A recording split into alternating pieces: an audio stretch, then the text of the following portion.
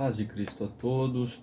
Permitam-me alguns acenos acerca do oitavo domingo do tempo comum, que encerra essa primeira parte do ciclo do ano litúrgico, que é do Evangelho de São Lucas, no capítulo 6, do versículo 39 ao 45. Jesus está neste sermão da planície, elevando justamente a compreensão para os seus discípulos, aqueles que ele escolheu, que ele chamou, que ele tem por pessoas queridas, a elevação, a plenitude da existência, a justamente buscar a medida alta, a medida de Deus. E ele continua agora, o texto vai dizendo no versículo 39, que ele utiliza uma parábola, e a parábola é sempre esta forma de um dizer de coisas conhecidas e simples para passar às realidades complexas, desconhecidas, mas Jesus as revela pela forma que ele coloca. E ele, diz o texto, que propõe como quem dá a conhecer esta proposta de elevação. Que elevação é esta?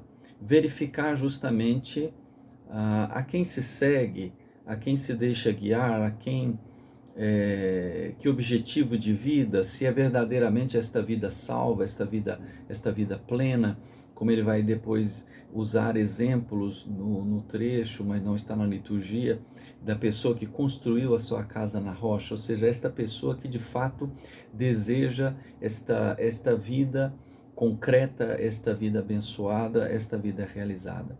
E ele vai usar a expressão, né?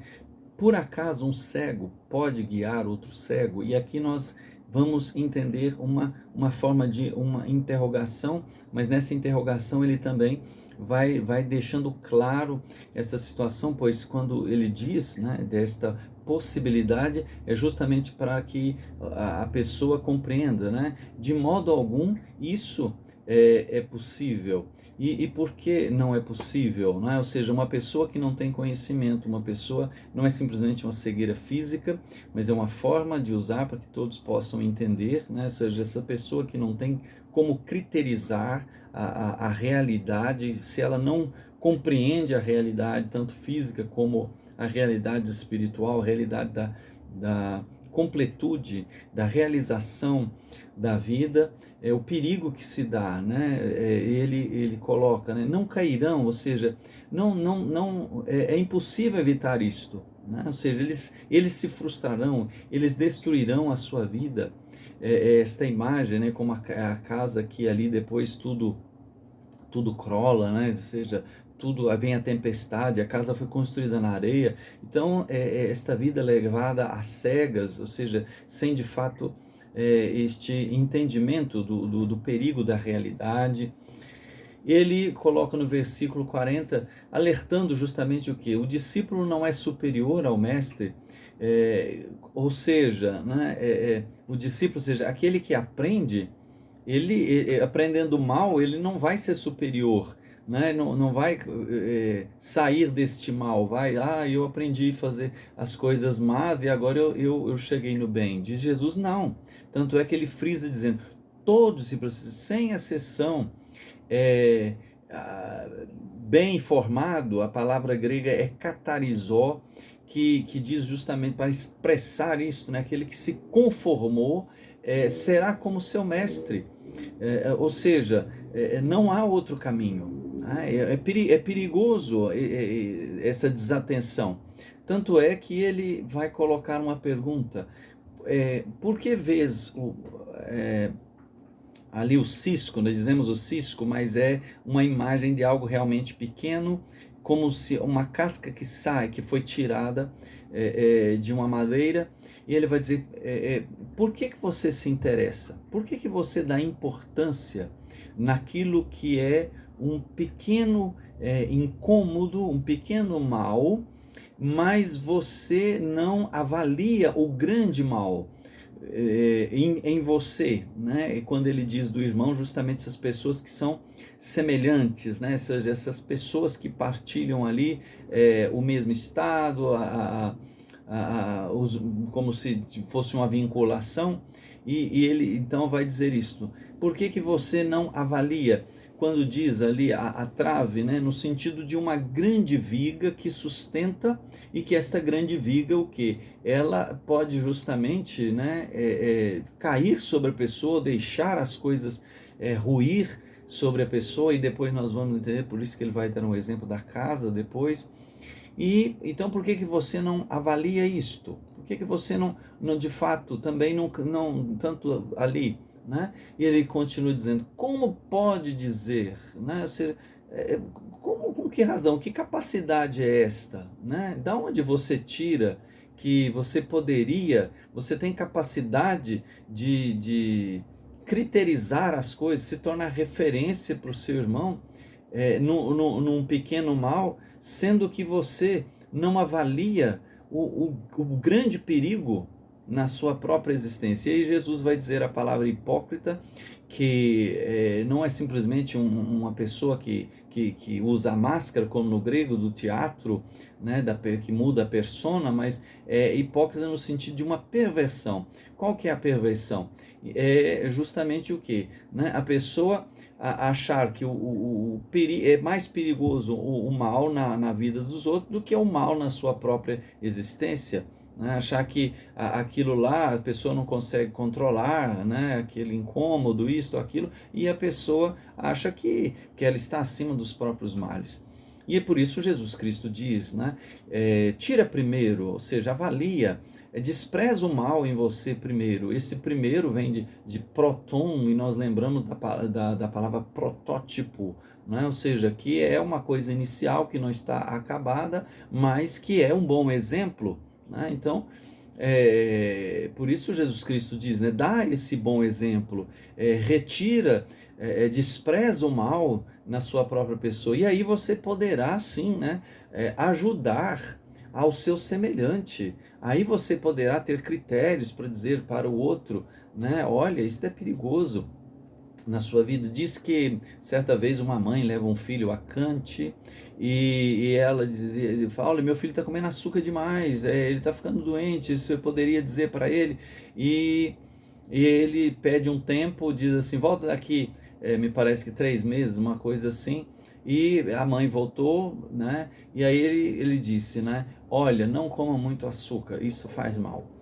E ela fala assim: mas 3 meses para você falar isto, né? Ele vai dizer, né? Eu também comia muito açúcar.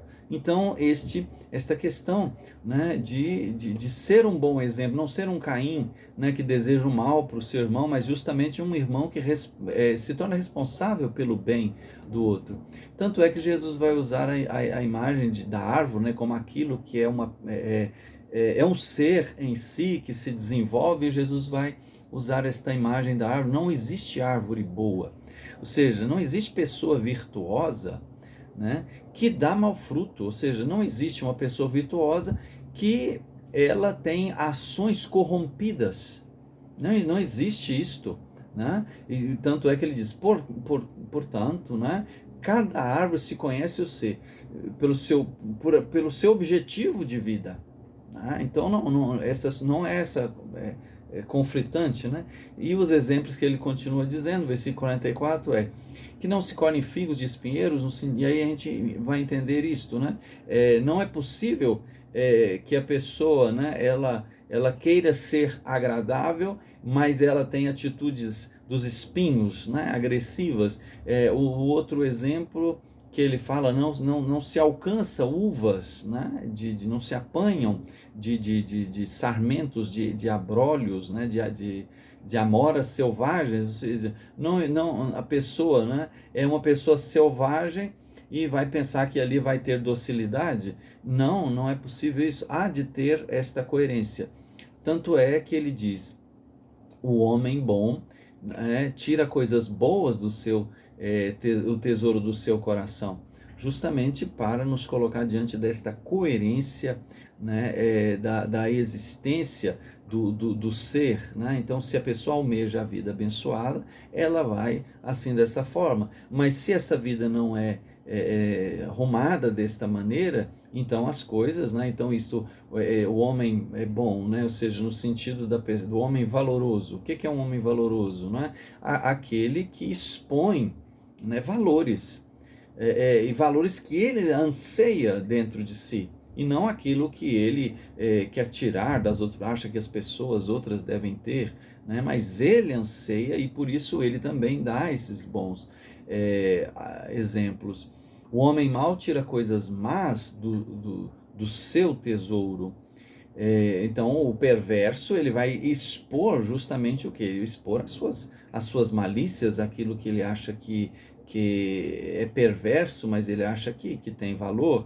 E Jesus coloca, né? Porque a boca fala daquilo de que o coração está cheio, ou seja, a comunicação da pessoa, ela expressa, como ouvimos na primeira leitura, né, que do Eclesiásticos, né, não elogia ninguém antes de ouvi-lo falar, pois no falar que o homem se revela, ou seja, expõe justamente aquilo que está como desejo da intenção da sua realidade, da sua existência, e isto colocar, né, da boca fala de que o coração está cheio, né, esta ideia de um transbordo, aquilo que excede, né, que conflui da pessoa. Então, somos justamente chamados a refletir esta realidade, né? Quem é nosso mestre, a quem nós objetivamos, quem nós podemos de fato confiar, quem é esse, né? E é Jesus, como o Salmo diz, né, da palmeira, o justo crescerá como a palmeira, florirá igual cedro. E por quê? Porque se deixa conduzir por Deus. Então nós somos chamados justamente, como diz São Paulo, né, afastarmos da incorruptibilidade, porque o fruto da morte, o que é o fruto da morte? Né? A morte não tem vitória. Então, onde está a vitória? A vitória está em Cristo. Né? Os cristãos cantam isso: ó morte, onde está a sua vitória? Cristo ressurgiu. Honra e glória. Então, que nós possamos justamente o que? Entender que é seguindo Cristo. Ele é o mestre. E que ele nos ajude justamente, pois ele foi esse que carregou essa grande trava que não devia dos pecados, mas o fez por amor à nossa vida, para nos salvar, nos conduzir. Então que ele seja a nossa rocha, que ele seja a confiança do nosso coração. Sigamos a Cristo, né? Não vamos nos arrepender. Ele venceu. Né, de que ele seja de fato o único mestre. Ele mesmo diz: ninguém chamei de mestre, um só é o vosso mestre, que o mestre do cristão é Cristo. Sejamos discípulos de Cristo. Boa semana e boa quaresma para todos.